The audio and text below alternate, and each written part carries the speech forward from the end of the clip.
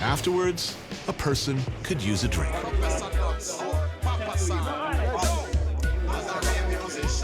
And if you're a Jamaican person, you could use the everyday go-to drink of back home. Any time of day or night, Ray and Nephew. Ray and Nephew is a very strong Jamaican white rum that we use for everything from baby fever to drinks. Here in this bar, you get it with cranberry juice, with milk and water. What water would be in any other borough is what Ray and Nephew is in the Bronx. Cheers. Desus is one half of the brilliant podcast team Desus versus Kid Mero. It's a very fast, free-form riff diatribe on life in the Bronx and what's happening on the news, in hip-hop, or last night. Growing up in the Bronx, you're isolated from the rest of the city. You know what I'm saying? So the other city had like city bite. The Bronx doesn't get any of that. We're kind of abandoned up here. People get on a boat and go to Staten Island before they ride up to the Bronx. I got to reluctantly cop to being part of that problem. Yes. People always say, you know, the Bronx is eventually going to be gentrified. That's not happening anytime soon. Like, it's not. Like, you know Barry. It's the owner right here. It's the man right here who made today possible. Thank you. I am happy here, and I will drink more of your Ray and Nephew, regardless of what it might be doing to my brain. But then I will eat. Is that the, what is this, pork foot? Pigtail. Yeah. Awesome. Oh, hell, I love this. Oh, damn, that looks good. People sort of stopped paying attention to the Bronx when it wasn't burning anymore. When Fort Apache was something we didn't have to think about. Yes. Let's just say that this is the neighborhood where they perfected stop and frisk. Right. And you remember your first time? I remember my first time. How do you feel first time stop and frisk? I cried. And that summer, 15 times, stopped and frisked. Just thrown up against the gate, fingers through our genitals, as cops looking for guns. But you remember that. You remember your first time. When you lose your stop and frisk virginity. You know, you remember it. I've never been stopped and frisked.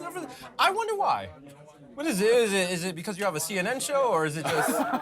I've been arrested. If you hang around here long enough, I can get you stopped and frisked. They talk about DIY culture, about do-it-yourself. And you better be able to do it your damn self in the Bronx, because often nobody else is going to do it for you. When you go in the Bronx, you're basically going back in time. There are certain crimes that will happen here that are not going to happen in Manhattan and Brooklyn. You know? Okay, it's an obvious question. Purse snatching. Really? Yes. Okay.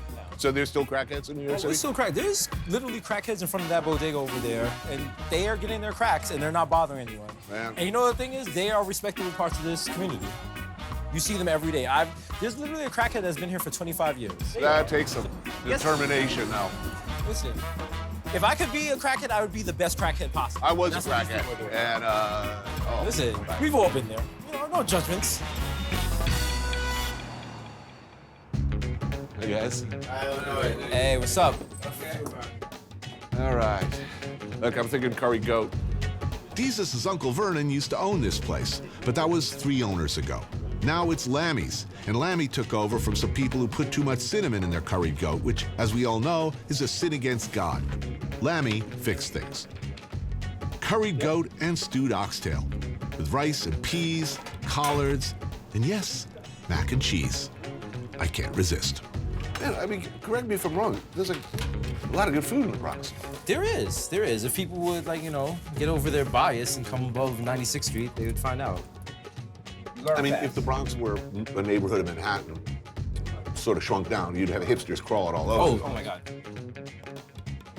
If you live in the Bronx, it's not necessarily that you're going to ever leave the Bronx to go to Manhattan, because everything you want, everything you need is in the Bronx. So why would you go past 149th Street?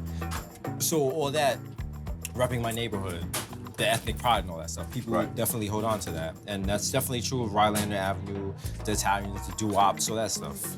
Even this neighborhood was all white until the 50s. So it's very recent, the whole immigrant experience. Who lived here in the 50s? All white people. What kind of white people? White, like we enjoy milk white, like that kind of thing. We're kissing dogs on the mouth. But it's move forward. Now you have this, and there's definitely this whole You know, like I'm from 233rd, you're from 225th. Every ethnic group that lives in the Bronx has that, and I think the next group that's gonna take over here is definitely Mexicans. And the thing is, it's an immigrant neighborhood, so it's not a matter of who owns it, it's who owns it at what particular time, and they're next. And I'm looking forward to that, because I enjoy a good quesadilla. So. Yeah. But I made a good decision. I came to Lammy's today, so. Yeah, good move. Lammy's, let's speak up Lammy's. Big up Lammy's. Lammy's, no, I'm here all the time. I'm always here. I live right there, so I'm always here for the curry goat, for the mac and cheese, you know. Lammy's don't play, man.